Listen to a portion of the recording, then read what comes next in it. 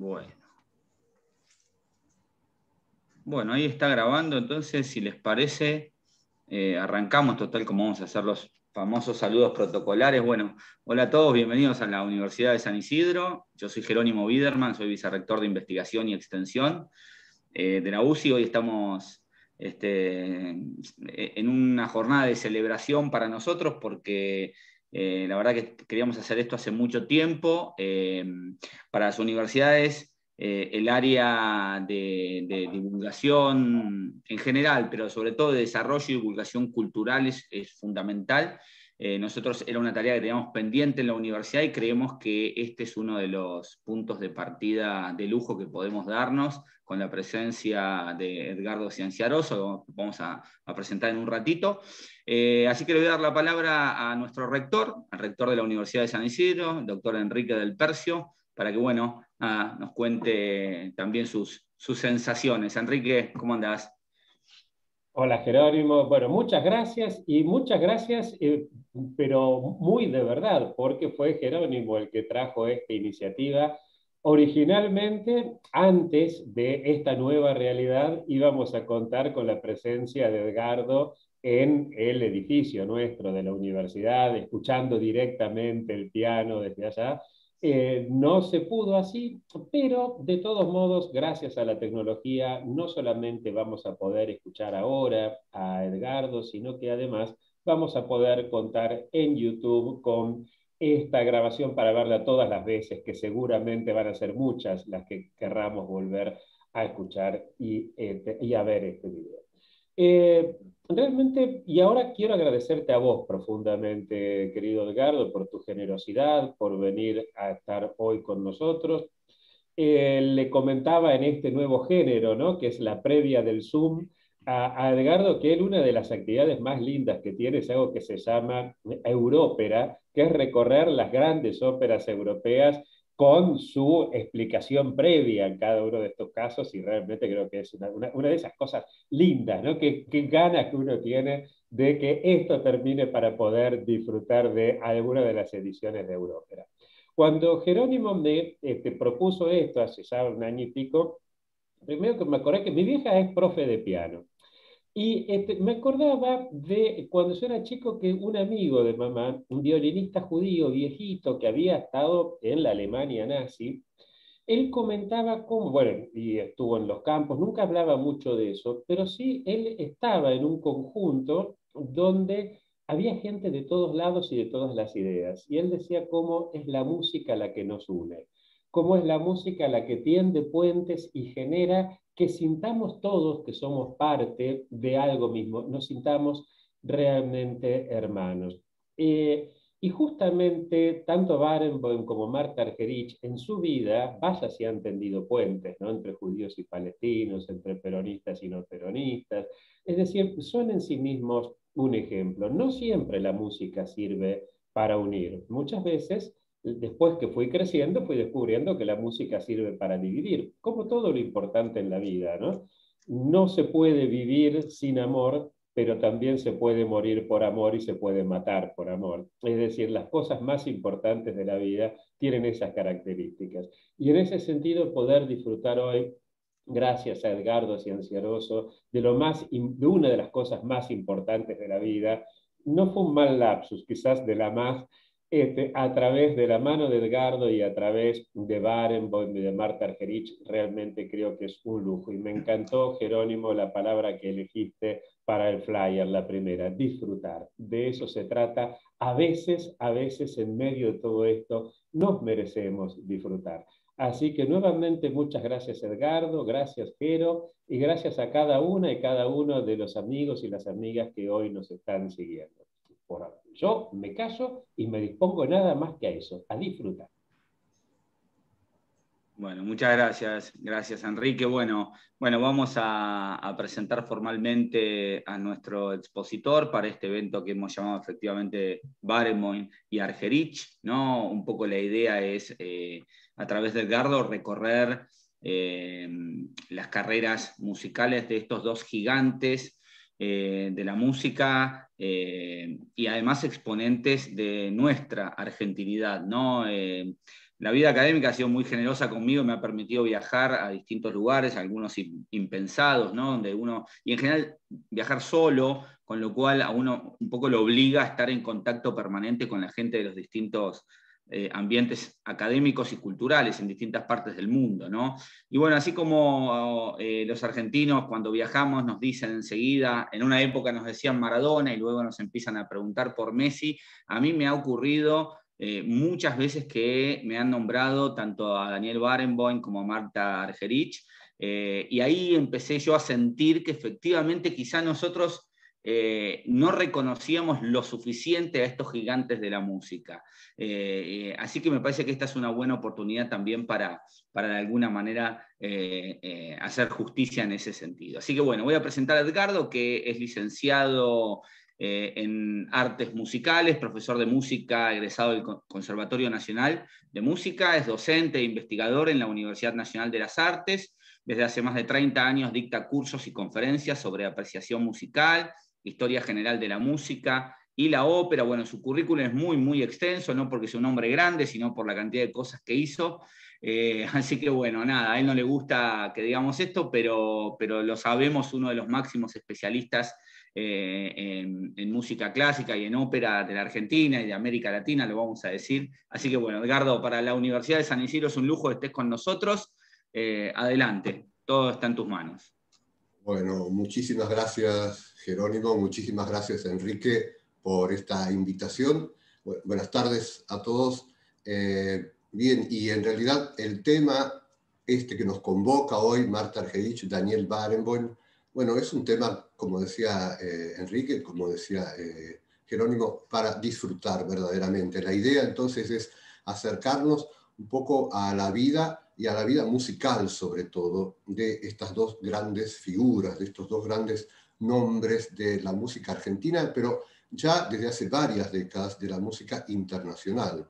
Porque esto no es algo que lo diga yo, sino que, bueno, es vox populi de alguna manera. Por ejemplo, en el caso de Marta Argerich es muy común escuchar que todos dicen que Marta Argerich es la más grande pianista viviente, ¿sí? Es la figura más importante del piano a nivel mundial. Y esto en realidad no es algo caprichoso, porque a veces la gente pregunta, bueno, ¿quién es mejor, Marta Argerich o Kissing o tal otro pianista? Bueno, esto no es el ranking de la ATP, es decir, no es un ranking de quién está en el top 10, por supuesto. Hay, por supuesto, una cantidad de pianistas excelentísimos. Pero en la música, como en el arte, hay algo que es lo que llama la atención especialmente, y que es no la técnica, no la cantidad de horas, de años de estudio, no los conocimientos adquiridos solamente, sino un plus, un algo más que hace que un artista sea diferente a otro. Y esto lo vemos también, por ejemplo, en el deporte, ¿no es cierto? Recién Jerónimo nombraba a Maradona o a Messi. Esto no se fabrica, esto se nace. Es decir, o lo mismo que un tenista como Guillermo Vilas o Roger Federer, aunque uno ponga a un chico 12 horas por día frente a un frontón con una raqueta en la mano, y si no vas a tener que ser un Roger Federer, no lo va a hacer, ¿no? Y en el terreno del arte hay un plus que viene ya con la persona, viene de nacimiento. Y eso es lo que distingue a un artista de otro, esa personalidad, ese no sabemos exactamente qué, que es que lo hace tan particular. Nosotros vamos a comenzar hablando de nuestros artistas, que son los que nos convocan, y vamos a compartir algunas imágenes, vamos a compartir música sobre todo. Justamente tenemos dos artistas que tienen una gran empatía, una gran unión entre sí, desde lo musical, desde lo amistoso, se conocen desde niños, ¿sí? Pero no hay dos personas que sean más opuestas y más diferentes en carácter que Marta Argerich y Daniel Barenboim. Comencemos un poco hablando de Marta Argerich. Yo puse acá un recorte de una foto, que en realidad es la foto que se usó hace varios años para la tapa de un disco que se editó, yo creo que hace unos 20 años, en el que se rescataron 2 grabaciones de Marta Argerich de cuando tenía 8 años. En esta foto vemos a una Marta Argerich niña, muy niña, con una mirada muy particular, una mirada muy poco frecuente, ¿sí? Una mirada inquisidora de alguna manera. Y alguien decía que hay personas hay 2 tipos de personas, ¿no? Que las personas que tienen respuestas en la vida y las personas que tienen preguntas. Y en este caso podríamos decir que Barenboim es de las personas que tiene respuestas, ¿sí? Y Marta Argerich es una persona que vive preguntándose continuamente. Cada uno, por supuesto, magistral en lo suyo. Recordemos que Marta Argerich nació en 1941 como María Marta Argerich. Es decir, ese es su nombre, pero por supuesto que artísticamente luego quedó el nombre de Marta Argerich. En realidad, ¿cómo se descubre este genio, este talento de Marta Argerich? Resulta que Marta, bueno, sus padres eran una familia de clase media, normal, del barrio de Belgrano. Su madre, Juanita Argerich, a quien vamos a volver a nombrar, porque fue muy, muy importante en la vida de Argerich. Su padre, Juan Manuel, eran personas realmente muy inteligentes, es decir, con una inclinación hacia la cultura muy importante. Pero resulta que un día reciben una llamada de la maestra de jardín de infantes de Marta Argerich, de María Marta, asombradísima. ¿Por qué? Porque habían estado cantando canciones, ¿sí? Y de pronto Marta se acerca al piano y uno de los chicos le dice: ¿a que no sos capaz de tocar lo que tocó la maestra de música? Y Marta Argerich se pone a tocar perfectamente lo mismo que había tocado la profesora de música, la maestra de jardín, a los 3 años, sin nunca haber estudiado el piano, ni haber tenido ningún contacto con el estudio musical previo. Por supuesto que inmediatamente la maestra se comunica con los padres y, bueno, este fenómeno resulta que había que encauzar todo este talento, es decir, toda esta capacidad, todo este genio. Se cuenta que en un principio el padre le compró un piano de juguete, cosa que a Marta Argerich no le gustó para nada y lo destruyó inmediatamente, hasta que finalmente después se le compró un piano de verdad y a los 4 años empezó a estudiar piano con una profesora de aquí que era bastante conocida en ese momento, Ernestina Kusrov.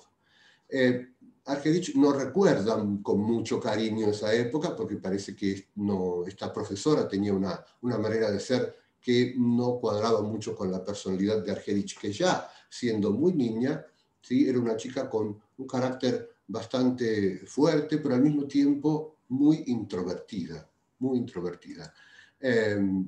Finalmente, luego de 2 años estudiando con esta profesora, la madre, Juanita Argerich, decide que tiene que cambiar. Y entonces va a aparecer acá un nombre importantísimo, no solo en la vida de Marta Argerich, sino en la vida de muchos músicos pianistas argentinos, el maestro italiano Vincenzo Scaramuzza. ¿Quién era Scaramuzza? Scaramuzza era un pianista y director de orquesta que se había formado en el Conservatorio de Nápoles, ¿sí? Un conservatorio muy, muy importante, tal vez en ese momento uno de los más importantes conservatorios, junto con el Conservatorio de Milán, uno de los más importantes de Italia. A comienzos del siglo XX, este maestro, Vincenzo Scaramuzza, se radica en Buenos Aires y abre un conservatorio, cosa que era bastante frecuente en la época. Recordemos que era una época en que se abrían muchísimos conservatorios privados. Todavía no existía el Conservatorio Nacional de Música, que es de 1924.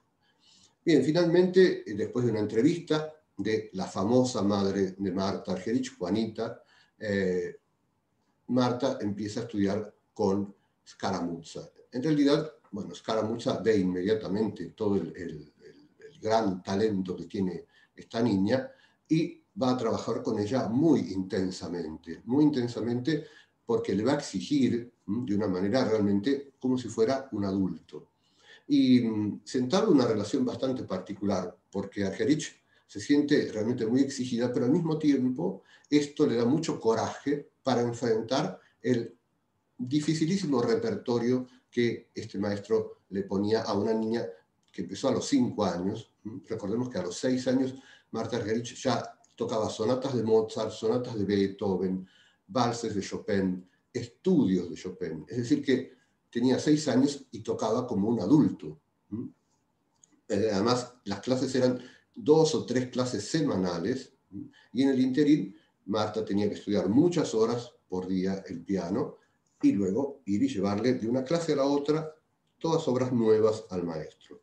Esto realmente era una gran exigencia para Marta Argerich, y Scaramuzza fue un maestro realmente muy riguroso. Todos le tenían mucho miedo. Recordemos que también pianistas muy importantes como Silvia Kersenbaum y Bruno Gelber especialmente, estudiaban con Scaramuzza, que se sabía que Scaramuzza tenía muy mal carácter. Y a veces, por ejemplo, Bruno Gelber, que también era un niño de 6, 7 años, iba el mismo día que iba Marta Argerich, y si a Bruno le había tocado primero tener clase, Marta Argerich en el cambio le preguntaba cómo está hoy de carácter, cómo está de ánimo, porque sabían que Scaramuzza podía ser realmente muy cruel.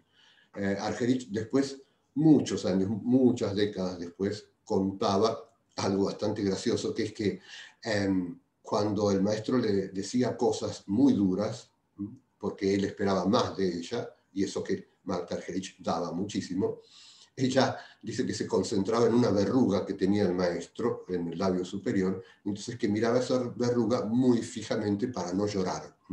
Es decir, cosas que pasaban en esos tiempos con los niños prodigio. Tal es así que un día el padre de Marta Argerich le dice a Scaramuzza: bueno, pero considere que es una niña de 7 años. No, su hija no tiene 7. Tiene 7, pero de alma es como si tuviera 40 años, ¿no? Y me exprime, decía Scaramuzza. Bien, las primeras actuaciones de Marta Argerich, por supuesto, bueno, fueron primero en tertulias, ¿sí? Eran muy conocidas las tertulias musicales, sobre todo en casa de una familia de músicos aficionados, la familia Rosenthal, que todos los viernes hacían tertulias en su casa. Allí debutaron en ese salón al que iban grandes músicos como directores de orquesta, Igor Markevich, Claudio Arrau, es decir, todos los grandes músicos que venían a Buenos Aires pasaban por esa casa y por esas tertulias, y allí tocaban Argerich y Barenboim. Por supuesto, como Argerich era muy tímida, generalmente se escondía debajo de alguna mesa, y Barenboim cuenta que tenía que ir para Barenboim, por supuesto que era completamente extrovertido, como lo vemos hoy en día, así era a los 7 años, Barenboim es 1 año y medio menor que Argerich, entonces Barenboim tenía que ir y sacarla de donde estaba escondida y convencerla para que tocara, porque Argerich era muy reticente a encontrarse en esta situación de tener que exponerse en público. Después vamos a ver qué sucedió con esto, ¿no? O qué sigue sucediendo hoy con esta cuestión de la exposición en público. Bien, recordemos que, como les decía antes, a los 8 años, ¿sí? En 1949, ella ya había tocado en algunas salas chicas y toca en Radio El Mundo, ¿sí? Una radio que era quedaba en la calle Maipú, ¿sí? Donde hoy está Radio Nacional. Esa era Radio El Mundo, y ahí esa radio tenía una orquesta. Fíjense qué tiempos, que las radios tenían orquestas propias. Y en uno de esos conciertos de la orquesta de Radio del Mundo, Marta Argerich se presentó con 8 años. En un concierto tocó el concierto número 1 de Beethoven, y luego en otro concierto el concierto número 20 de Mozart para piano y orquesta. Obras de una gran dificultad técnica, de una gran dificultad también musical y emocional. Pero es muy interesante, ustedes pueden buscar estas grabaciones que se rescataron porque estaban en cinta, y afortunadamente esas cintas no se borraron, alguien las guardó, porque en general lo que sucedía con esos conciertos de las radios era que se borraban las grabaciones, Y en este caso se conservaron estas dos cintas. Por supuesto, aún remasterizadas, el sonido es muy defectuoso, pero ustedes pueden encontrar o el disco o en internet las grabaciones y van a ver que se puede escuchar cabalmente a Marta Argerich, aunque ya tenía 8 años, y algo muy característico de Argerich es su excesiva velocidad, generalmente. Si ella, una vez en un reportaje, ella decía que tocaba como en este sentido, no hacia adelante, sino casi como escapándose de la música. Y esto se nota mucho, mucho en estas grabaciones, y también en grabaciones de Argerich siendo adulta. Es decir, el tema de la velocidad con Argerich, bueno, ha sido un tema siempre muy, muy particular. Bien, a los 11 años debuta en el Teatro Colón tocando un concierto que la gente toca, por ejemplo, en el conservatorio. En el conservatorio se toca cuando uno está en 10º año, en el último año, toca, por ejemplo, como obra final, el concierto en la menor de Schumann. Bueno, Martita lo tocó a los 11 años en el Colón y fue algo descomunal. Existe también esa grabación. El público estaba tan conmocionado que le pidieron 3 bises luego de esa magistral interpretación. Después vinieron otras actuaciones de Argerich en el Teatro Colón, pero digamos que esta es una de las que quedó registradas. En este tiempo, estamos ahora primero hablando un poco de Argerich, ya vamos con Daniel Barenboim. Argerich conoce en Buenos Aires, recordemos que Buenos Aires en ese momento era, bueno, una ciudad muy importante en cuanto a lo musical, era una de las grandes capitales del mundo, ya desde comienzos del siglo XX, todos los más grandes cantantes de ópera, directores de orquesta, pianistas, violinistas, todos venían a Buenos Aires. A finales de la década del 40 y luego por 3 temporadas consecutivas, vino un pianista austríaco que tenía 21 años en 1949, es decir, era apenas unos años un poco mayor que Marta Argerich, y venía con un aura muy particular, porque era un pianista clásico que además tocaba jazz, ¿sí? Entonces esto lo hacía alguien muy, muy particular. Marta, que había tenido siempre una formación con los grandes pianistas clásicos, recordemos que Marta Argerich recuerda siempre, ¿sí?, que una de las impresiones más fuertes de su vida fue cuando escuchó en el Colón al gran pianista Claudio Arrau tocando el 4º concierto de Beethoven. Ella, bueno, venía de escuchar a todos estos grandes maestros de la tradición pianística germana, digamos, así, muy, muy, muy formal, y Gulda venía con una obra mucho más descontracturada, y Marta quedó fascinada, ¿sí?, con Gulda. Total que, bueno, gracias a Juanita, la madre, le digo Juanita porque todos le decían Juanita, gracias a Juan Argerich, Gulda conoce a Marta Argerich, pero resulta que Gulda no tenía interés, era un pianista muy joven, no le interesaban mucho los niños prodigios y no pensaba que él pudiera hacer mucho por ella, pero finalmente llega a escucharla, a pesar de que Argerich se resistió también a tocar frente a él, pero bueno, en algún momento esto sucedió y quedó muy impactado y le dijo directamente, bueno, venite a Viena a estudiar conmigo. Él en ese momento estaba por dar unas clases magistrales para el Festival de Salzburgo. La cuestión es que, bueno, Marta quiere ir a Viena. Bueno, la famosa madre de Marta, y pensemos que no es solo la madre de Marta Argerich, sino que las madres generalmente son famosas, las madres de los genios, ¿sí?, de los prodigios, tanto del piano como del violín, del canto, de la danza, del ballet, son muy famosas porque, bueno, son los que sostienen un poco a estos genios, ¿no es cierto?, y un poco los que les abren el camino. Bien, Marta quería ir a estudiar a Viena y finalmente, bueno, el gobierno le da a los padres de Marta Argerich un puesto en la embajada argentina en Viena, ¿sí? Y bueno, finalmente en 1954 todos se trasladan a Viena. Allí Marta va a estudiar con Gulda, pero Gulda también tenía su propia vida musical, así que a veces no tenían clases.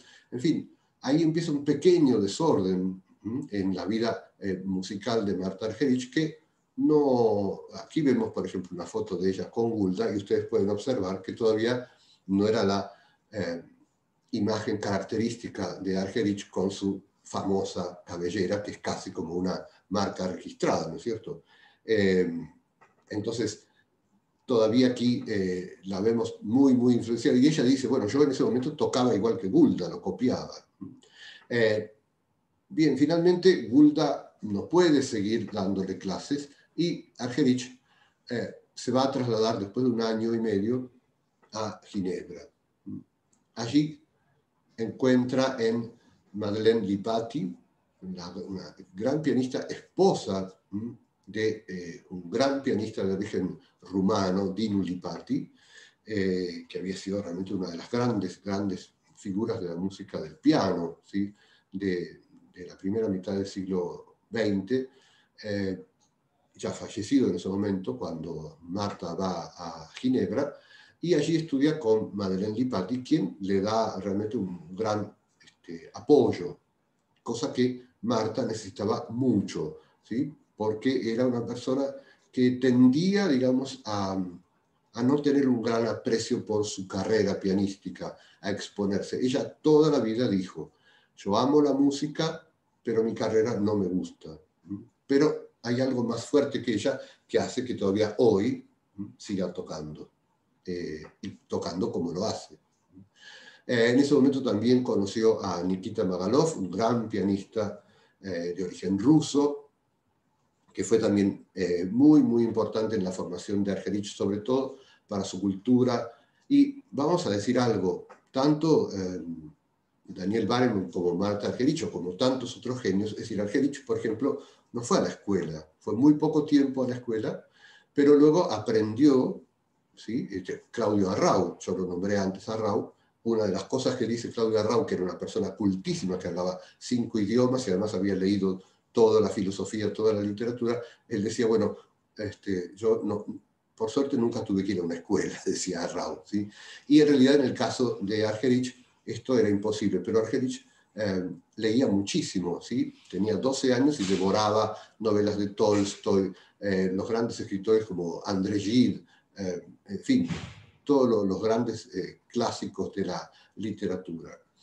En ese tiempo, pensemos que estamos entonces en 1957, 1958, con 16 años, y luego a los 17, en menos de un mes, Argerich gana 2 concursos importantísimos, 2 concursos muy importantes para piano, para pianistas.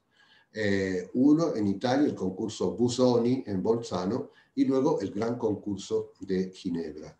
La decisión fue unánime y Argerich hizo de las suyas, porque en algunos casos había obras que eran impuestas, ¿sí? Que tenían que obligatoriamente tocar todos los pianistas. Marta Argerich las estudiaba la noche anterior, ¿sí? Así de simple. Las estudiaba la noche anterior y luego iba y lo tocaba. Y todos siempre le han preguntado, ¿pero por qué necesitas llevarte a ese extremo? Y un poco ella decía, bueno, no lo sé, pero es lo que me motiva. Y así ganó estos 2 concursos, con lo cual su nombre empezó a sonar en todos lados. Ganar un concurso, que digamos que es el equivalente de un torneo, por ejemplo, antes hablábamos del tenis, como si fuera un torneo importante de tenis, abre para un pianista o para un violinista, para cualquier instrumentista, las puertas de contratos para conciertos, grabaciones, etc. En ese momento a ella le proponen grabar, pero se niega porque dice que todavía no está preparada. Y en realidad acaba de empezar una etapa complicada de la vida de Argerich, que es a partir de 1960. Ella queda embarazada, tiene su primera hija, como ustedes saben, Lida Chen, hija de un director de orquesta, que actualmente toca la viola, es violista. Y esta es una etapa en la que Argerich está muy peleada con la carrera. Incluso ella piensa dejar de tocar el piano y piensa radicarse en Estados Unidos, y lo que dice es que puede trabajar como secretaria en una empresa, por ejemplo, porque como habla varios idiomas, ella habla alemán, habla francés, habla inglés, habla portugués, bueno, español, por supuesto. Entonces pensaba dedicarse a ser secretario. Ustedes imagínense Marta Argerich trabajando, es decir, alguien con semejante talento, ¿no es cierto? Pero, por supuesto, una vez más allí la figura de Juanita hizo fuerza y Argerich finalmente se va a encauzar. ¿Cómo? Bueno, Argerich se pone en contacto con un matrimonio de pianistas, Stefan Ashkenazi y Ani Ashkenazi, matrimonio de pianistas con los que Marta se entendió muy bien, muy bien. Fueron como una familia para ella.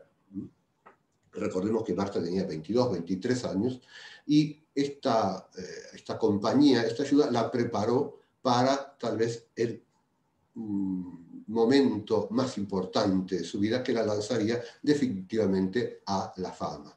Y eso fue su participación a los 24 años en el concurso internacional de piano Federico Chopin de Varsovia.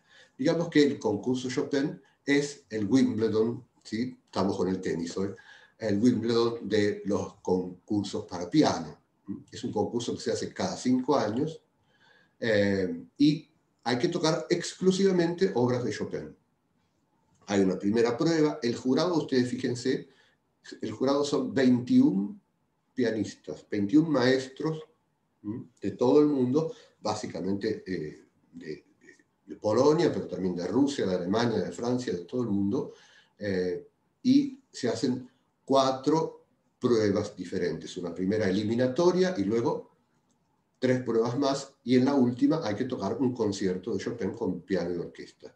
Si bien estaba, fíjense qué coincidencia, en ese momento el primer premio estaba bastante reñido entre Marta Argerich, que era argentina, y un pianista brasileño, que hoy se escucha poco, Arthur Moreira Lima, un gran pianista, y ahí el jurado estaba un poco indeciso. El público estaba completamente seducido por Marta Argerich y por su manera de tocar. Y fíjense que el concurso es tan importante en Varsovia que todavía hoy, por ejemplo, bueno, se pasan las instancias del concurso, se pasan por televisión, en el diario se habla de eso, la gente comenta, bueno, si les gusta más el pianista ruso o el chino o el polaco o el argentino, el que fuera. Nosotros tenemos el honor de que 2 argentinas hayan ganado premios en este concurso. En el 65, Marta Argerich, que gana el primer premio, y en el año 2000, una gran pianista argentina que vive en el exterior, Ingrid Flitter, ganó el segundo premio. Les cuento una tradición de este concurso. Ustedes saben que Chopin tiene 2 conciertos para piano y orquesta. Los 2 compuestos cuando Chopin tenía 20 años. Son 2 obras maestras, pero realmente obras de juventud, pero de una gran madurez. La tradición es que en la prueba final se gana con el número 1, con el concierto número 1. Marta tocó el número 1 y ganó. Y fíjense qué casualidad que en el año 2000, esta pianista de las que les hablo, Ingrid Flitter, tocó el número 2 y no ganó el primer premio, ganó el segundo. Y si uno mira en la página web del concurso, va a ver que la mayoría de los ganadores, por lo menos un 80 o 90%, tocaron el concierto número 1. Bueno, finalmente fue muy emocionante todo y Marta ganó el primer premio y se la comparaba con los grandes pianistas del momento, como Horowitz, por ejemplo. Y fíjense que la llamaban la pantera negra del piano. Eso era algo como desbordante, ¿no? En cuanto a lo que era su manera de tocar, su manera de interpretar, su técnica. Nosotros vamos a ver un pequeño momento, así bueno, le ponemos un poco de música a esto, y vamos a escuchar justamente un momento de este concurso Chopin, cuando en una de las pruebas Argerich toca la polonesa, la famosa polonesa heroica. Yo les pido que reparen particularmente en, bueno, la maravilla del toque, de la interpretación de Marta Argerich, pero también la cámara, como, es decir, esto está en blanco y negro, es del año 65, y después se ve un poco a Argerich cuando sale del escenario, algo típico de Argerich, que es que termina de tocar, se levanta inmediatamente de la banqueta, no se queda ni un segundo, saluda muy rápidamente y entra al camarín. Nosotros vamos a poder ver también ese momento. Vamos a ver un poco la particularidad del carácter de Argerich. Bien, vamos a escuchar entonces esta magnífica polonesa.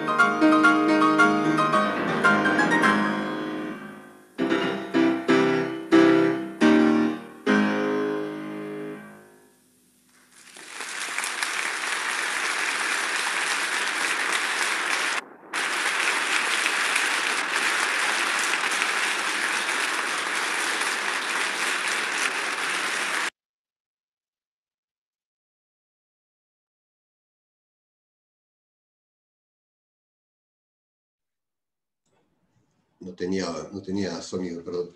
Bueno, como pudieron observar, Argerich era muy particular, ¿no? Es decir, ella es muy miope, y ya desde muy chiquita era muy miope, así que también tenía un poco esa, digamos, esa peculiaridad, y ella misma se sentía a veces como aislada en otro mundo, pero de hecho la música fue su mundo y su vida siempre, y ustedes pudieron ver que en esta interpretación de la polonesa Opus 53, hay momentos en que ella se sonríe como si estuviera hablando con Chopin, y esto era muy frecuente, es muy frecuente en la vida de Argerich, que ella dice, bueno, a veces que siente, ella toca mucho Schumann, ¿sí? Y ahora cada vez toca menos Chopin, por una cuestión que todos los pianistas saben que Chopin es muy difícil, no por supuesto porque no le den los dedos, es una cuestión que tiene que ver con la interpretación.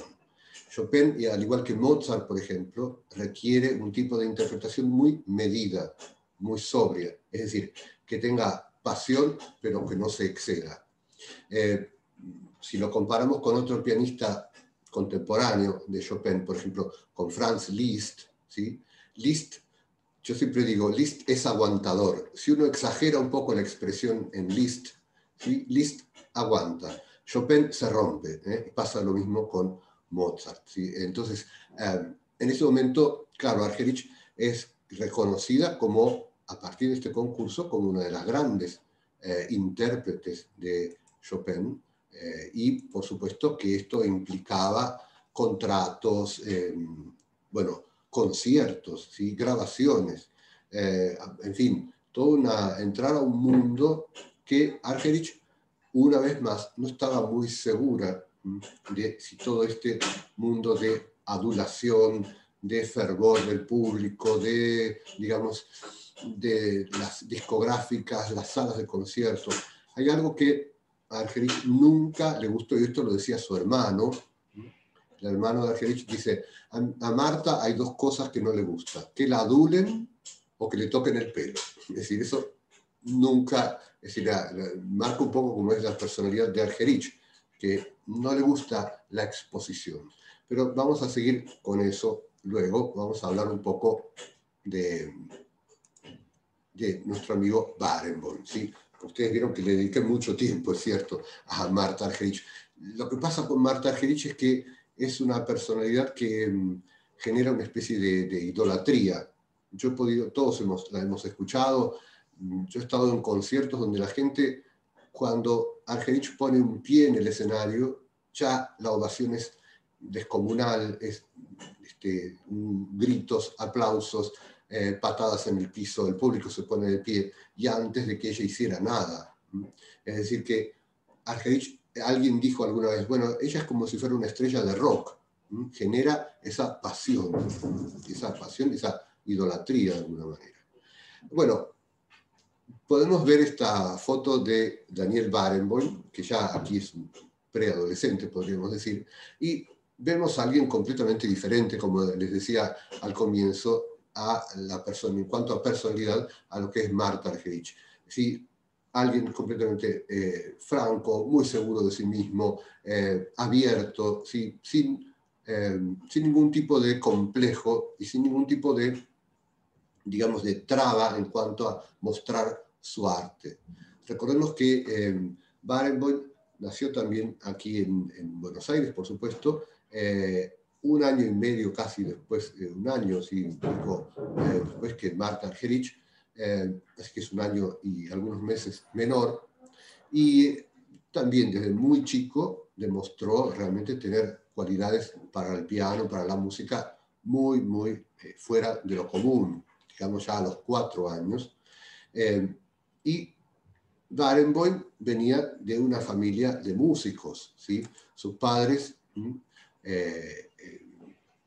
Aida y Enrique, los dos profesores de piano. Aquí vemos una foto de Barenboim junto a su padre y a su madre, y en realidad esta foto es en Salzburgo, ¿sí? Barenboim empezó a estudiar piano con su madre y luego continuó estudiando con su padre. Y su padre fue el único profesor de piano que él tuvo luego. Es decir, en el caso de Marta Argerich vimos que, bueno, después de, es decir, estuvo con Scaramuzza, después de Scaramuzza estudió con otro maestro también muy importante aquí en la Argentina, Francisco Amicarelli, pasó también, y luego en Europa con Gulda, Lipati, Magaluf, estudió con otro pianista italiano importantísimo, Arturo Benedetti Michelangeli, y yo sigo hablando de Marta Argerich, bueno, es un poco difícil, pero Daniel Barenboim, en cuanto al piano, ¿sí? Solamente tuvo a su madre y fundamentalmente a su padre como maestro. Barenboim también, desde muy joven, empezó una carrera, ¿sí? como pianista, tocó en muchas, eran muy comunes, muy frecuentes las audiciones privadas. Él ya tenía un repertorio muy amplio, sonatas de Beethoven, obras de Liszt, Chopin, es decir, un repertorio que para un chico de 8 años era algo, podríamos decir, entre comillas, anormal, ¿sí? Recordemos que en esa época no surgían tantos niños prodigios, no porque no los hubiera, sino que en realidad había menos posibilidades de que surgieran. Hoy es más frecuente, ¿sí? Que veamos muchos niños prodigios de todos los países, ¿sí? Porque, bueno, hay otro desarrollo del estudio de la música y sobre todo del piano, del violín. Barenboim, como les decía, también tocaba en tertulias privadas, en audiciones privadas, junto a otros pianistas argentinos como Bruno Gelber o Marta Argerich, y como les decía, no tenía realmente ninguna traba para presentarse en público. Su primer concierto fue a los 8 años, ¿sí? En Buenos Aires, y tocó en el Teatro Astral, es decir, un repertorio realmente muy, muy importante con obras de Bach, Mozart, Chopin, Liszt, es decir, un repertorio muy, muy amplio que Barenboim manejaba con total soltura. Pero Barenboim en realidad tenía, como ustedes lo saben, ¿sí? Intereses variados. Recordemos que en esa época, es decir, cuando Barenboim tenía 8 años, su familia se traslada a vivir a Israel. Es decir, la familia Barenboim se va a vivir y se radica en Israel. Pero previamente hay una pasada por Viena. En este momento, Barenboim va a tomar, primero que da su primer concierto como solista en Viena, ¿sí? Un concierto muy importante en una de las principales salas de Viena, pero él ya había conocido, ¿se acuerdan que yo les comenté que eran muy famosas las tertulias de la familia Rosenthal? Y en una de esas tertulias, los padres de Daniel Barenboim habían conocido al gran director de orquesta, Igor Markevich. Markevich vio las condiciones que tenía Daniel Barenboim y lo invitó a tomar sus cursos de dirección orquestal. Acá en esta foto podemos ver a un Daniel Barenboim niño de pantalones cortos, como era la costumbre en la época, tomando las clases de dirección orquestal de Markevich. Por supuesto que, claro, ver a este niño, es decir, que ya tenía 10, 11 años, dirigir con tanta autoridad, con tanta solvencia, era algo realmente poco frecuente. Pero la carrera de Barenboim en esos primeros años, sí, ya estamos entonces en la década del 50, luego de sus conciertos en Viena, va a hacer varios conciertos donde toca solo, toca conciertos para piano y orquesta. Pensemos que ya tiene 13, 14 años, 15 años, toca conciertos para piano y orquesta de Chopin, de Beethoven. Él es un gran intérprete de la música de Beethoven, de Mozart, es decir, de los grandes clásicos de Brahms. Y también fueron muy, muy importantes sus conciertos en Ginebra y en Estados Unidos, dirigido por nada más ni nada menos que Leopoldo Stokowski, el gran director de orquesta, que era una figura importantísima en todo el mundo y en Estados Unidos. Ya comenzando la década del 60, Barenboim va a comenzar no solamente su carrera como, no va a continuar solamente su carrera como pianista, sino que va ya a ser invitado siendo muy, muy joven, con 21 años, a dirigir la English Chamber Orchestra, ¿sí? Una orquesta de cámara inglesa, y acaba de empezar Barenboim, perdón, que yo quiero ver, no, volvemos, perdón, para atrás. Acá Barenboim va a empezar de a poco su carrera como director de orquesta, pero él combina, como ya lo hemos visto muchas veces, siendo tan joven, la dirección orquestal con la ejecución pianística. Entonces, ahí Daniel Barenboim empieza algo que era muy frecuente en esa época, hoy ya no tanto, y que lo diferencia también radicalmente de Martha Argerich, que son los ciclos integrales. ¿Qué son los ciclos integrales? Tocar las 32 sonatas de Beethoven en varios conciertos, por supuesto no en uno. Eso era muy frecuente, ¿sí? Pianistas como Wilhelm Backhauf, Wilhelm Kempff, Claudio Arrau, Arthur Schnabel, ¿sí? Era muy frecuente que tocaran en 5 o 6 conciertos las 32 sonatas de Beethoven, los 5 conciertos de Beethoven, por ejemplo. Eso era bastante frecuente. Y digamos que siendo muy, muy joven, Barenboim se convirtió en un especialista en estos ciclos, ¿sí?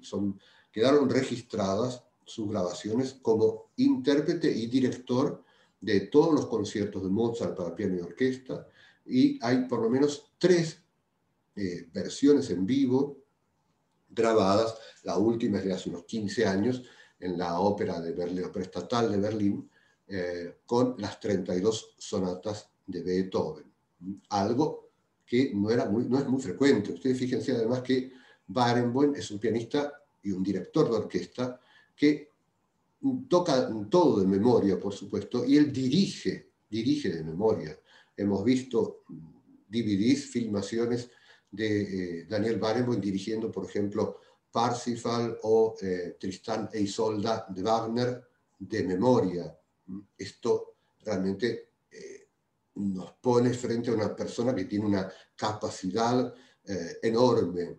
Es decir, yo siempre digo que por lo menos Barenboim debe tener 2 cerebros, ¿sí? Porque puede ocuparse de muchas cosas al mismo tiempo, y ahora vamos a ir a ese tema, un tema que antes mencionó, así al pasar el rector de la universidad, de la facultad, pero es decir, Barenboim tiene múltiples intereses, ¿sí? Y es una persona que en todo realmente se destaca como de manera brillante, ¿sí? Entonces, aquí empieza él su carrera como director de orquesta.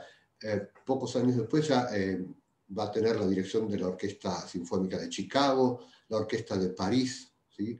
Va a ser director titular de varias orquestas, invitado en todas las orquestas. Si ustedes recuerden que las orquestas europeas, las grandes orquestas europeas o estadounidenses, ustedes saben que los directores son elegidos por los integrantes de la orquesta. Por ejemplo, la Orquesta de Chicago, la Orquesta de París, eligen, todas las de Berlín, la Filarmónica de Viena, eligen de un grupo de 5 o 6 directores, los integrantes eligen quién quiere que sea su titular. Barenboim ha sido elegido muchísimas veces como director titular de varias orquestas y además actualmente es director artístico. Él fue director artístico de la Scala de Milán y desde hace casi 20 años es director de la Ópera Estatal de Viena, ¿sí? No la ópera, la que se llama Deutsches Oper, sino la ópera que se llama Unter den Linden, porque está en una avenida, pero también es la Ópera Estatal de Berlín, que está en la avenida Unter den Linden, o sea, bajo los tilos, y él está ahí como director. Tiene tal capacidad musical Barenboim que puede hacer todas estas cosas. Lo maravilloso es que ustedes vieron que en los últimos años, en los últimos 20, 25 años, Barenboim y Argerich, siendo diferentes en su posición frente a la música, sobre todo no tanto a la música, sino a la carrera musical. Argerich siempre esquiva, siempre tratando de no exponerse demasiado, y Barenboim todo lo contrario. Han hecho una excelente dupla, es decir, él tiene un gran amor por Martha Argerich, un grandísimo afecto de toda la vida, por supuesto son como hermanos. Y en los momentos en que, por ejemplo, bueno, tanto uno como el otro han pasado por problemas graves, es decir, ustedes saben que Barenboim se casó muy joven con la gran violonchelista Jacqueline Dupré, que después estuvo muy enferma y murió muy joven, ¿sí? Una carrera terriblemente truncada por una enfermedad terrible. Y luego Argerich también, cuando tuvo sus problemas de salud, ahí estaba Barenboim siempre, entre otros, fidelísimos amigos.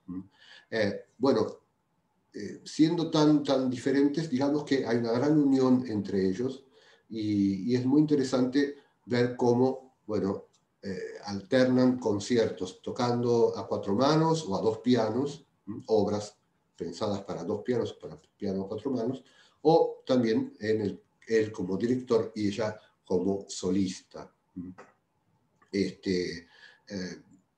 Hay una cuestión, ustedes saben que siempre cuando se toca a 2 pianos o en un solo piano a 4 manos, es decir, 2 pianistas en un piano, hay uno que tiene la parte aguda del piano y otro que tiene la parte grave. Es como si uno compusiera para una orquesta, pero es para el piano. Y digamos que la parte aguda del piano, la parte de arriba, podríamos decir, el piano 1, siempre lleva la voz cantante. En casi todos los casos, en el 99% de los casos, Argerich lo manda a Daniel Barenboim a que toque la parte de arriba y ella queda escondida en el segundo piano, escondida. No es que quede escondida verdaderamente porque la parte del segundo piano también es fundamental, pero siempre ella trata de escaparse. Incluso, y ya lo vamos a ver en otros ejemplos musicales, a Argerich no le gusta mucho saludar, siempre está tratando de escaparse del escenario lo más rápido posible, no le gusta que la dejen sola, y parece que Barenboim se lo hiciera a propósito y siempre la deja sola saludando, o la agarra de la mano, la toma de la mano y la hace saludar. Vamos a verlos en acción, primer ejemplo de ellos juntos. Vamos a escuchar el último movimiento de una sonata de Mozart escrita para 2 pianos. Es una obra magnífica, la sonata para 2 pianos, Köchel 448, la K de Köchel. El señor Köchel era un musicólogo que a mediados del siglo XX ordenó toda la obra de Mozart, o sea que ustedes van a ver que todas las obras de Mozart tienen un número de catálogo, que es del catálogo Köchel, ¿sí? Porque en la época de Mozart no se usaba numerar o clasificar las obras, es decir, los compositores escribían y todo quedaba en algún armario o se publicaba. Este señor Köchel ordenó toda la obra de Mozart. Bien, nosotros, esta obra que es bellísima, de 1781, vamos a escuchar el último movimiento por Barenboim y Argerich. Esto es en un concierto en el Teatro Colón de Buenos Aires. Y ellos están tocando en el escenario, como ustedes van a ver. En el escenario también hay gente, ¿sí? Así que vamos a escuchar este último movimiento de la sonata para 2 pianos de Mozart.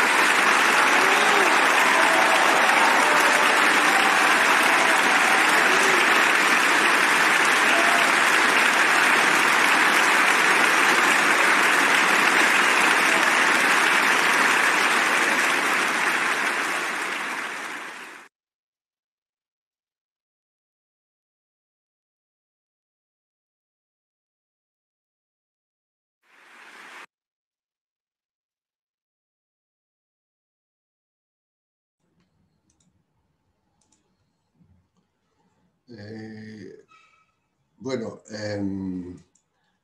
algo que siempre la gente pregunta, ¿qué habla Marta Argerich todo el tiempo antes de tocar? Es decir, ¿por qué siempre está hablando? Esto pasa en todo el mundo. Yo tengo un amigo que es músico, que es profesor en la Universidad de Berlín, y él la ha visto muchas veces en la Filarmónica de Berlín, tengo audio, ¿no? Sí. Y él dice que ella entra al escenario siempre cuando toca música, no toca sola, ahora vamos a hablar de eso, y ella parece que estuviera hablando de que fue a hacer las compras al mercado y que todo estaba muy caro, y entonces ella entra así, hablando con él, y saluda y se siente inmediatamente, ¿no? Nada que ver con los rituales de los pianistas de antes, esas cosas que entraban y saludaban al público majestuosamente. Bueno, en realidad Barenboim sí le gusta saludar mucho tiempo, y él se queda saludando como si fuera un emperador o un papa, pero Marta siempre, pum, se sienta. Incluso, después vamos a ver un ejemplo, bueno, acá también vieron que terminó de tocar, ¡puf!, se levanta inmediatamente como si tuviera un resorte, ¿no es cierto? Hay algo que es esto, bueno, ¿qué pasa? ¿Por qué habla tanto ella? Y bueno, y Daniel Barenboim la sigue y le habla también. Primero porque ya la vida del escenario para ellos es la vida normal, la vida habitual, ¿no? Por supuesto, cuando están tocando, toda su energía, toda su concentración está puesta en la música que tocan, aunque sea un bis que dura 1 minuto y medio. Vamos a ver que estos músicos, tanto Barenboim como Argerich, tienen tal nivel de concentración que es como que su vida depende de eso, ¿no es cierto? Es decir, es algo fundamental. Entonces, esto de hablar, por ejemplo, a Argerich, que siempre le cuesta mucho salir a tocar, a veces tiene pánico escénico antes de salir a tocar, es como una manera bueno, de descontracturarse. Recordemos que Argerich tuvo varios momentos en los que hizo cambios importantes en su vida musical. Recordemos, para hablar rápidamente de la vida personal de ellos, tanto, bueno, recordemos que después de la muerte de Jacqueline Dupré, Barenboim se casó con una pianista rusa, una pianista de origen ruso, Elena Bashkirova, hija de un gran maestro de piano ruso que falleció hace poco, Dmitry Bashkirov, y tiene 2 hijos. Marta tiene 3 hijas mujeres, de 3 maridos, de 3 matrimonios, de 3 matrimonios diferentes. Y ella siempre luchó mucho contra esto de su vida personal, su vida privada y su carrera artística. Yo les decía antes que ella decía que amaba la música, pero no su carrera. Esto en algún momento llegó a ser tan terrible para Argerich que dejó de tocar sola. Es decir, piensen que era una niña a los 5 o 6 años, cuando empezó a tocar conciertos sola, tocó casi 35 años como pianista solista y en el año 80, 81, decidió que no iba a tocar más sola. Solo iba a hacer música de cámara o música con piano y orquesta. Muy excepcionalmente, en los últimos años, dentro de un concierto en el que tocan otros músicos, amigos de ella, y que hacen música de cámara, Argerich accede a tocar alguna obra sola, que generalmente siempre es o las escenas infantiles de Robert Schumann, o una partita de Bach, tal vez alguna sonata de Prokofiev. Bueno, eso en el año 2000 tocó media parte de un programa, pero era un concierto a beneficio en el Carnegie Hall. Tocó la mitad de un programa de concierto y luego el resto era música de cámara. Tanto Barenboim como Argerich hacen mucha música de cámara con otros instrumentos, o sea, con violín, violonchelo, o con cantantes, especialmente quiero decir Barenboim. Argerich prácticamente toca música de cámara, pero solamente con sus amigos, Misha Maisky, etc., o los hermanos Capuçon, es decir, Guido Kremer, es decir, ella siempre trata de buscar un entorno que sea casi familiar para estar en el escenario, porque ella decía, bueno, que tuvo muchísimas décadas, mucho tiempo tocando sola, y se sentía como observada en esa situación de solista, algo que la ponía realmente muy mal. Bueno, la carrera de Argerich y de Barenboim no tiene límites, es decir, son conocidos mundialmente, admirados, respetados mundialmente. Yo antes estábamos hablando, antes de que comenzara la charla, en el año 93, 94 estuve en Rusia y me acuerdo que la gente tenía uno o dos discos, por ejemplo, de Marta Argerich, los pianistas, ¿sí? Excelentísimos pianistas del Conservatorio de Moscú o del Conservatorio de San Petersburgo, tenían uno o dos discos de Marta Argerich que los habían conseguido en el mercado negro y eran como, digamos, joyas, ¿no? Como reliquias, algo importantísimo. Argerich tocó en tiempos de la Unión Soviética, en Rusia, bueno, Barenboim también ha tocado, por supuesto, en todo el mundo. Pero durante mucho tiempo, por ejemplo, Argerich no vino a tocar a la Argentina. Estuvo casi 18 años, ¿sí? Y especialmente ella no quería venir durante el periodo de 1976-1984, es decir, 83, durante la última dictadura militar. Argerich decidió que no quería venir a la Argentina, ni hacer ningún gesto que pareciera que apoyaba algo de ese régimen. Pero bueno, finalmente, y casi mágicamente, en el año 1986 se anunció que en 2 semanas venía Argerich y tocaba en el Colón. Bueno, todo el mundo, todos salimos a comprar entradas al Colón, y se hablaba de que iba a tocar el concierto de Tchaikovsky, que iba a tocar o el concierto de Ravel. Finalmente, esto es típico de Marta Argerich, ustedes saben que prácticamente ella no firma contratos, ya hace varios años, muchos años, y tiene la posibilidad de modificar repertorio a su gusto. No es un capricho esto. Mucha gente dice, bueno, que ella es caprichosa, que cancela funciones. Argerich lo dijo alguna vez, ella dice, bueno, no es tanto lo que cancelo, solamente que a veces no me siento bien para subir al escenario y entonces no puedo subirme y tocar y hacer un simulacro de sinceridad.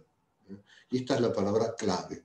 Un artista lo que tiene que tener es sinceridad, verdad, cuando se sienta a tocar, cuando compone, cuando pinta un cuadro, cuando escribe una obra literaria. Es decir, no querer impresionar, no querer impactar, sino esa necesidad que surge. Ayer hablando con colegas, hablando por ejemplo de un gran compositor argentino, Carlos Guastavino, y hablando de que él no le gustaban los homenajes ni los halagos, igual que a Marta Argerich, él decía, yo no tengo ninguna responsabilidad en la música que compuse. Esa música venía y yo la tenía que escribir, nada más. No tengo culpa, decía él, era muy gracioso, ¿no? Y Argerich es un poco así. Pero bueno, esa noche, que fue mágica, era un domingo, me acuerdo perfectamente. Además se pudo ir al ensayo general. Argerich tocó 3 conciertos para piano y orquesta.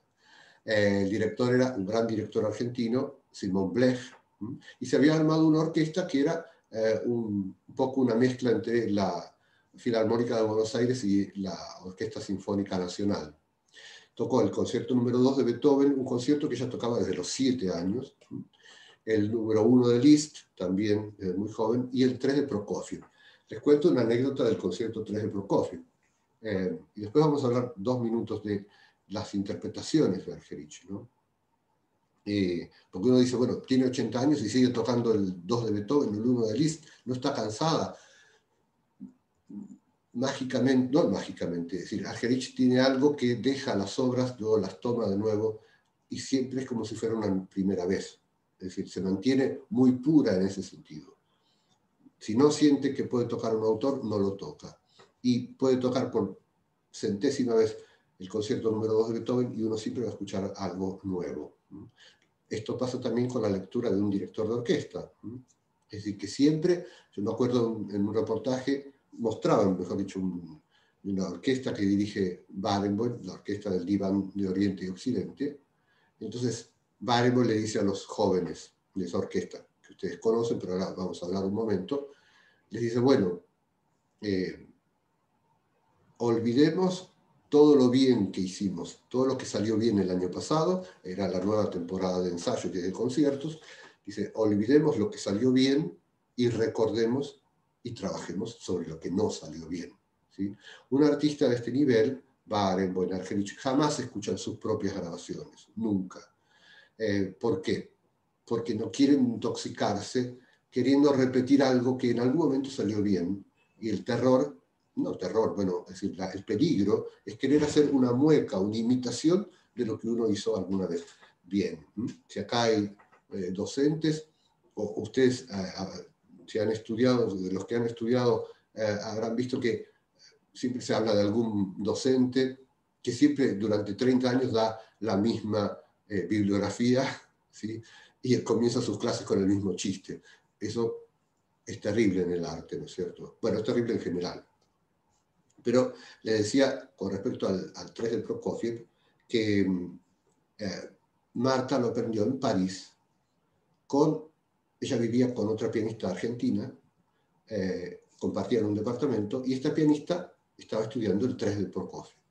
Y Marta dormía, ¿sí? Y ella dice, bueno, yo mientras dormía lo escuchaba, y como esos cursos para aprender inglés con audio, yo me lo iba grabando, y se lo aprendió de escucharlo. Incluso aprendió los errores que tocaba la otra pianista, y así se lo aprendió. Después fue a la partitura, por supuesto, y revisó todo lo que tenía que revisar. Esa intuición, ¿no es cierto?, ese sentido musical innato. Si hay algo que tienen Argerich y Barenboim, en ese sentido, es que Argerich jamás va a hablar ni a definirse. A ella le cuesta mucho definirse, decir, bueno, yo soy esto o lo otro. En ese sentido, Barenboim es mucho más certero. Por eso Argerich, por ejemplo, jamás le ha dado una clase magistral a nadie. Nunca tuvo un alumno ni una alumna, nunca. Porque para ella es invadir un terreno sagrado. Muchísimos maestros dan clases magistrales. Barenboim, todo lo contrario, él siempre tiene mucho para dar, mucho para ofrecer a los jóvenes, y lo vuelca con toda libertad. Para Argerich eso es muy, muy difícil. Con respecto, estábamos hablando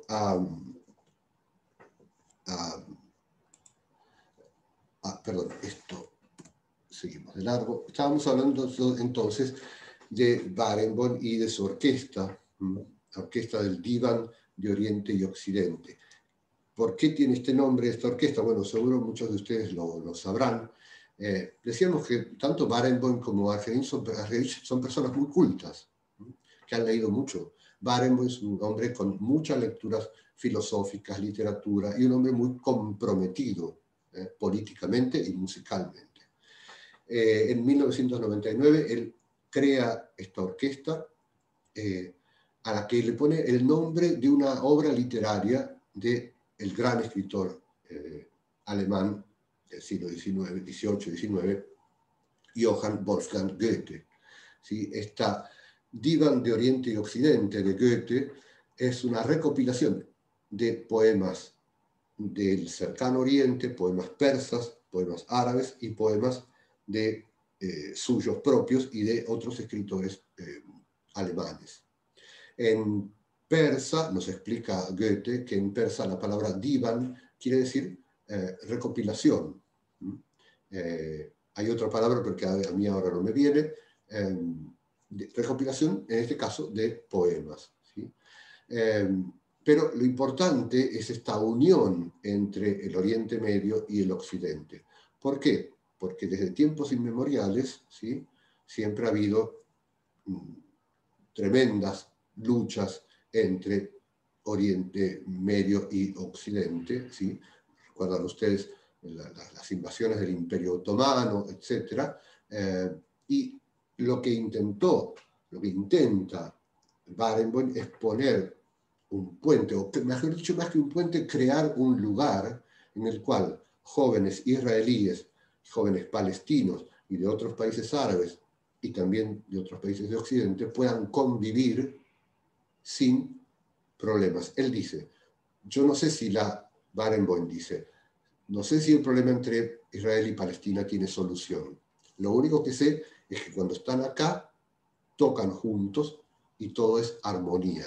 en la música se puede conseguir. En la vida cotidiana no lo sé, dice Barenboim.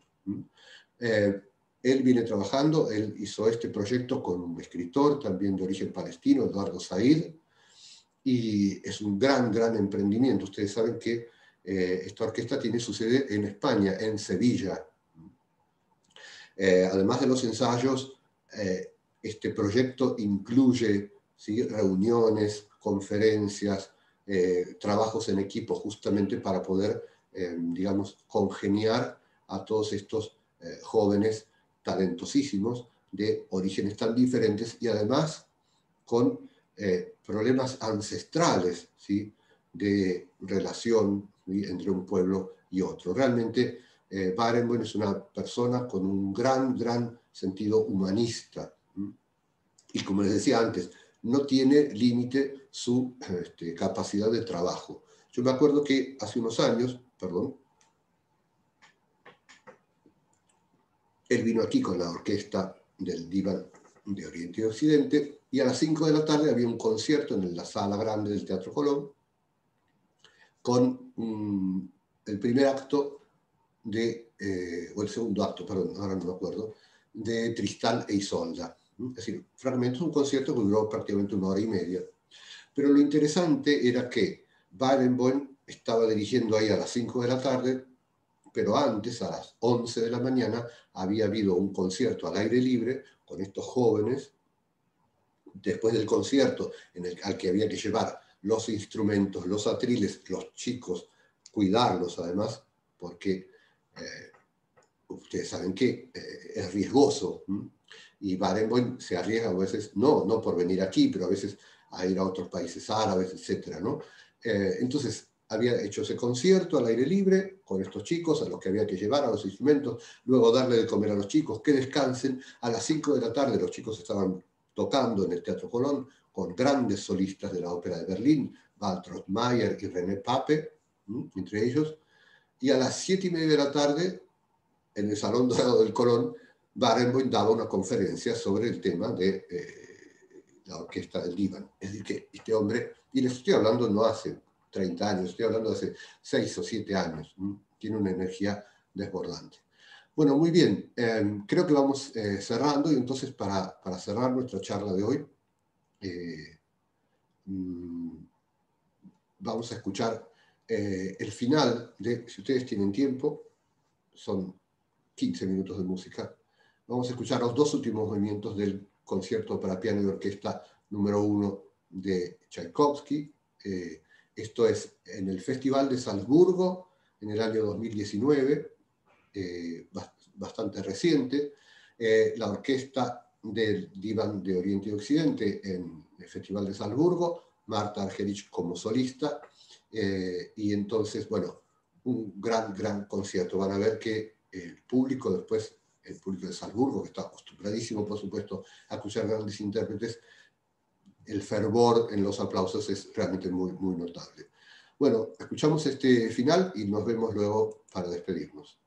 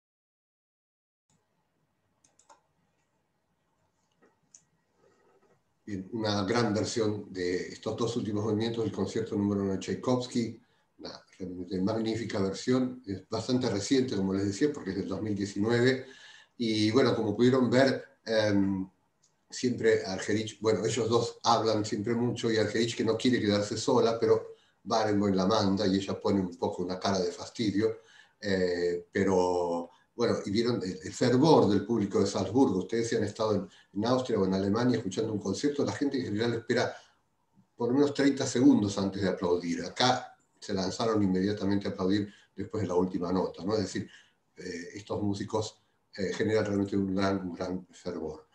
Bueno, muchísimas gracias en principio, a la Universidad de San Isidro, muchísimas gracias a Jerónimo Biderman y al rector por la invitación, y muchísimas gracias a todos ustedes por compartir este momento y esta música, ¿sí?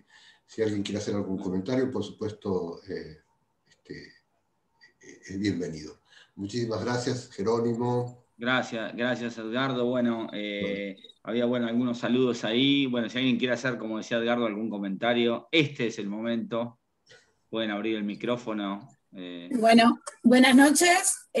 Disculpen que entramos un poco más tarde. Nosotros somos la organización Senaquezul Uruguay, Cultura Hip Hop. Nosotros nos dedicamos hace 35 años a difundir la cultura hip hop sana e inclusiva, donde enseñamos a niñas y niños de la calle y adolescentes lo que es la música, la danza, el deporte y la salud, y bueno, mediante lo que es en sí el deporte de la cultura breaking, y también nos dedicamos a lo que es la música. Tenemos una banda, donde no solamente nos dedicamos a la música hip hop, sino que también fusionamos estilos. Por eso nos pareció súper interesante la invitación, escucharlos a ustedes, verlos. Después volveré a entrar de un principio, porque a esta hora nosotros coincidimos con un merendero que le damos alimento a 200 familias por día. Entonces coincidió justo con la hora que estamos cocinándole a las familias por este tema de la pandemia, y bueno, nos encontrábamos un poco como medios cortados, como para sentarnos a escuchar muy bien, pero sí la música se escuchó perfectamente, así que muchas gracias por la invitación, y bueno, encantados de verdad de participar con ustedes, ¿no? Bueno, muchísimas gracias y felicitaciones por la labor que están haciendo, que es realmente muy importante y muy necesaria en este momento, y gracias por haber estado. Jerónimo, la clase la pueden ver en el canal de YouTube, ¿no es cierto? Sí, exactamente, la vamos a subir al canal de YouTube de la universidad. Bueno, los que se inscribieron con el formulario, seguramente les vamos a enviar un mail ahí ya con el link directo a la clase para el canal de YouTube. Y bueno, nada, Edgardo, agradecerte desde la universidad. Tenemos ya ahí algunos mensajes que están pidiendo más, están pidiendo que organicemos algún curso, así que ojalá podamos hacerlo. Yo ya pienso en alguna vuelta a la presencialidad más temprano que tarde, así que bueno, vamos a organizar seguramente algo. Así que bueno, y en el medio iremos también teniendo conferencias de estas características. Así que bueno, gracias a todos por participar. Cualquier cosa que necesiten, ya saben, nos encuentran ahí en la página web de la UCI, están todas nuestras direcciones, lo que fuera. Así que bueno, de verdad muchas gracias. Gracias a vos, Edgardo, ante todo, y a todos los que estuvieron. De verdad, un abrazo a todos. Muchas gracias.